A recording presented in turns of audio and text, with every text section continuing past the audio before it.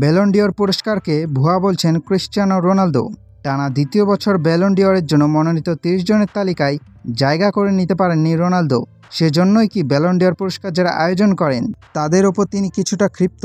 5 বার Ballon d'Or জয়ী রোনালদোর সাথে তার একসময় চিরপ্রতিদ্বন্দ্বী ও 8 বার ব্যালন ডিওর জয়ী লিওনেল মেসিও এবার মনোনীতদের তালিকায় দ্বিতীয়বারের মতো ঠাঁই পাননি। মেসির পক্ষ থেকে অবশ্য এ নিয়ে কিছু শোনা যায়নি, তবে রোনালদো ঠিকই লক্ষ্যবস্তু বানিয়েছেন ব্যালন ডিওরের আয়োজক ফ্রান্স ফুটবলকে। পর্তুগালে গতকাল প্রীতি ম্যাচে রিও আভোকে 4-0 গোলে হারায় রোনালদোর দল আল নাসের। সৌদি ক্লাবটির হয়ে হ্যাট্রিক করেন রোনালদো। এই ম্যাচের পর স্পোর্ট টিভি পর্তুগাল রোনালদোর কাছে জানতে চেয়েছিল এবারে ব্যালন ডিওর জিততে পারেন কে। রোনালদো এক কথায় বলেন, এটা আমার কাছে মন গড়া লাগে।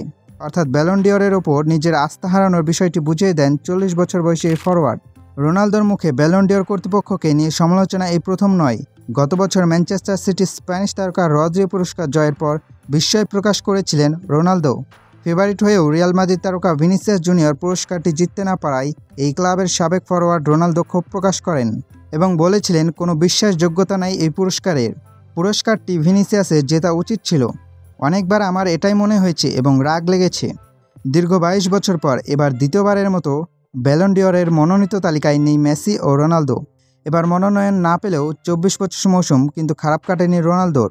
ক্লাবের হয়ে 35 গোলের পাশাপাশি দেশের হয়ে করেছেন 8 গোল, জিতেছেন নেশনস লিগ। আগামী 22 সেপ্টেম্বর প্যারিসে ব্যালন ডিওর পুরস্কার দেওয়া হবে।